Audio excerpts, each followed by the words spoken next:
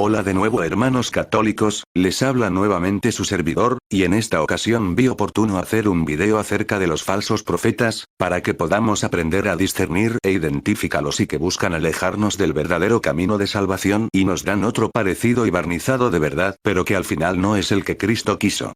Como bien saben, usaré la Biblia Reina Valera, basándome en versículos compatibles con nuestras Biblias católicas.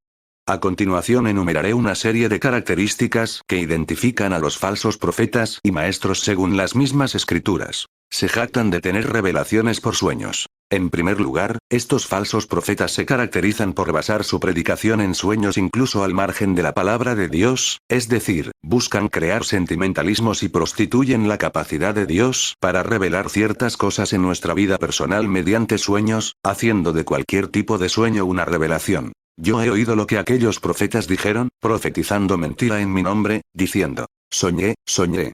¿Hasta cuándo estará esto en el corazón de los profetas que profetizan mentira, y que profetizan el engaño de su corazón? Jeremías 23, 25, 26. Veamos lo que nos sigue diciendo Jeremías sobre esto. Dice Dios, he aquí que yo estoy contra los profetas que endulzan sus lenguas y dicen, Él ha dicho. He aquí, dice Dios, yo estoy contra los que profetizan sueños mentirosos, y los cuentan, y hacen errar a mi pueblo con sus mentiras y con sus lisonjas, y yo no los envié ni les mandé. Jeremías 23, 31, 32, Jeremías 29, 8, 10. ¿Recuerdan a esa niña que salió en internet diciendo que tuvo un sueño en el que vio el cielo y el infierno y mucha gente le creyó sin tener base alguna? ¿O han conocido a protestantes que toman sus sueños como revelaciones de parte de Dios sin importar que puedan ir contra la doctrina, y presumen que esos sueños son revelaciones particulares? No niego que Dios pueda hablar mediante sueños, el problema es que se hace de esto algo muy cotidiano y se desgasta esto, cuando es algo que debe ser tomado con seriedad y analizado. Veamos también que Dios permite que estas personas divulguen sus mentiras sentimentalistas para probar nuestro amor por Él, y en el nuevo pacto, nuestra fidelidad a la Iglesia.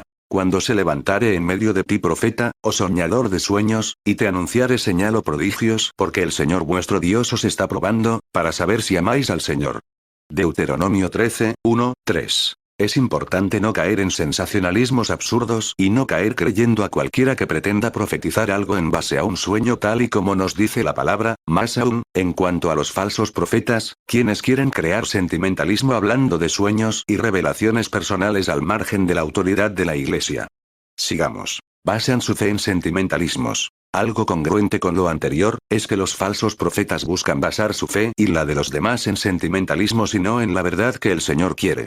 Es decir, caer en la relativización de la Iglesia y discernir la fe en base a sensaciones y no en base a fidelidad, que es lo que el Señor bendice. Me dijo entonces Dios, falsamente profetizan los profetas en mi nombre. No los envié, ni les mandé, engaño de su corazón nos profetizan. Jeremías 14, 14, Jeremías 23, 16, 17. Toman la evangelización como una fuente de ganancia. La palabra nos advierte de quienes pretenden explotar ciertos pasajes de la palabra como Malaquías 3, 10, para obtener ganancias y peor aún, asociar el llenarles los bolsillos a ellos con darle dinero a Dios.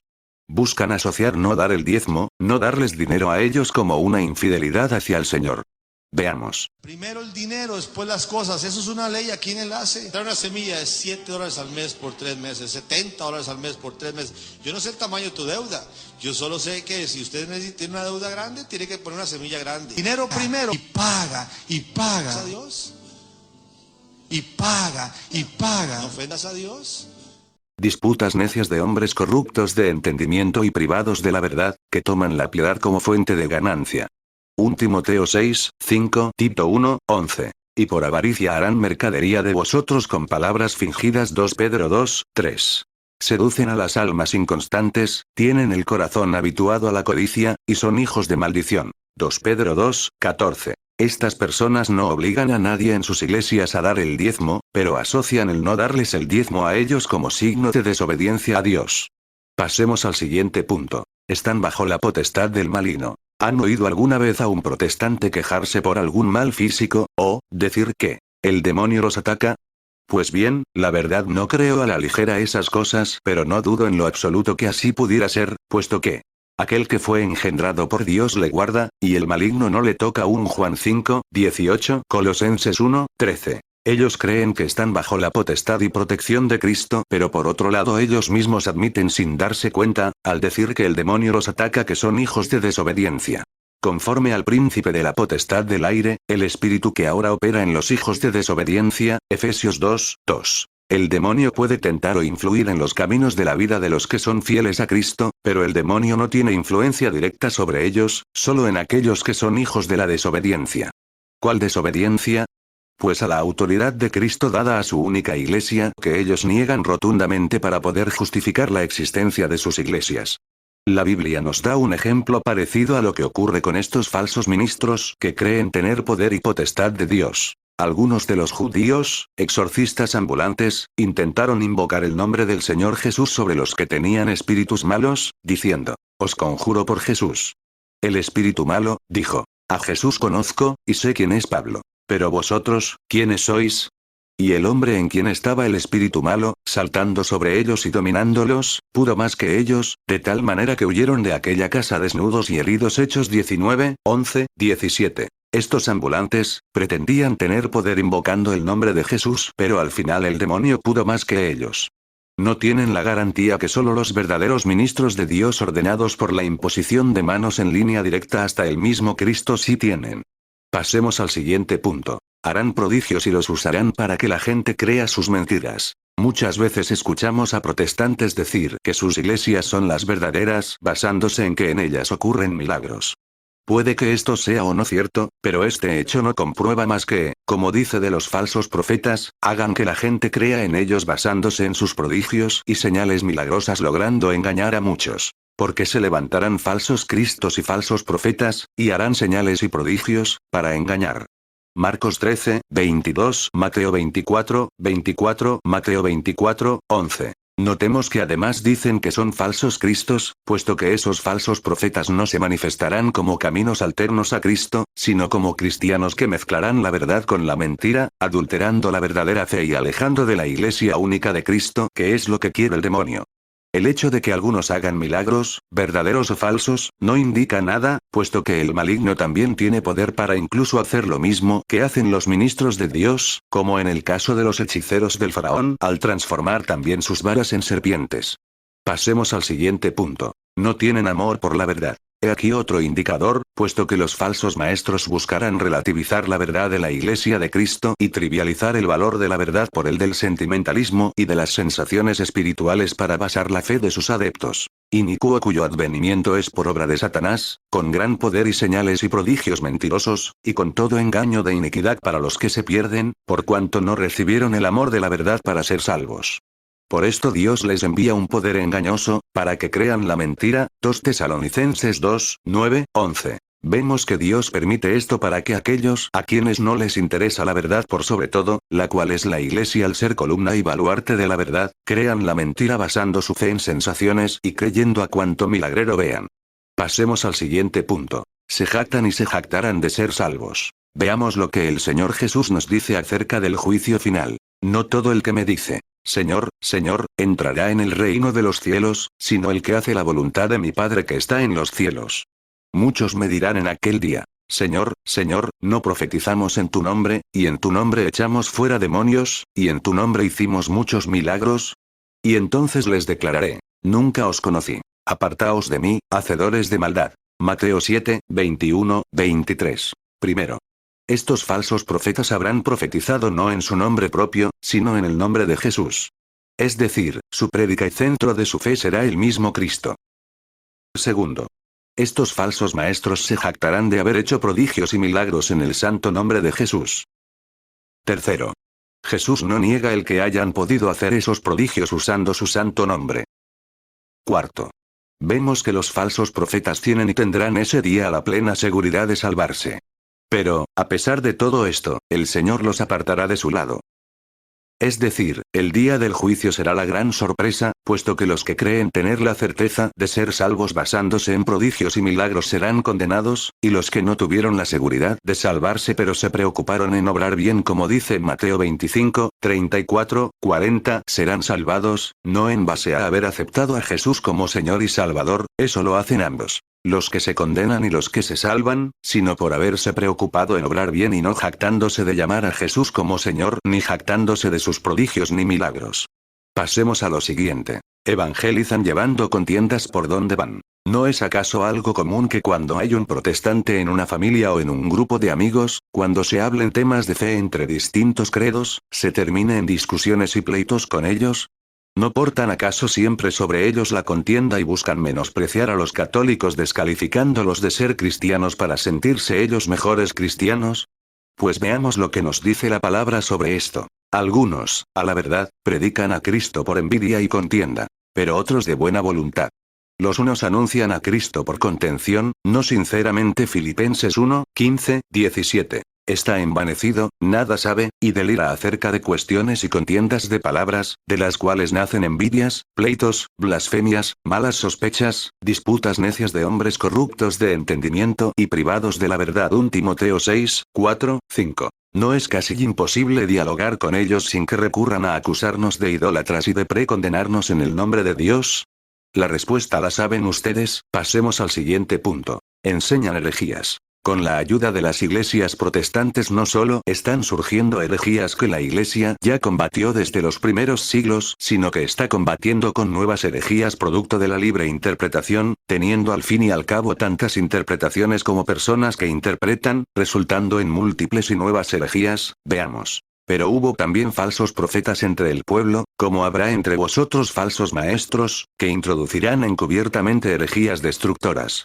2 Pedro 2, 1. Están contra la iglesia. Veamos lo que nos advierte la palabra sobre esto. Amados, no creáis a todo espíritu, sino probad los espíritus si son de Dios. Porque muchos falsos profetas han salido por el mundo. 1 Juan 4, 1. Vemos que la Escritura nos advierte de falsos profetas, no habla de una comunidad unida, sino de varios que están separados entre sí y contra la iglesia con palabra profética, pero la Escritura nos dice que la palabra profética con garantía de parte de Dios no está en un pastor, sino en la iglesia. Tenemos también la palabra profética más segura, a la cual hacéis bien en estar atentos como a una antorcha que alumbra en lugar oscuro. 2 Pedro 1, 19. Porque así nos ha mandado el Señor, diciendo: Te he puesto para luz de los gentiles, a fin de que seas para salvación hasta lo último de la tierra. Hechos 13, 47, Mateo 5, 14. Tienen falsos espíritus de Dios. Más de una vez hemos visto que en sus cultos dicen estar posesionados por el Espíritu Santo, y que éste les hace revolcarse por el piso.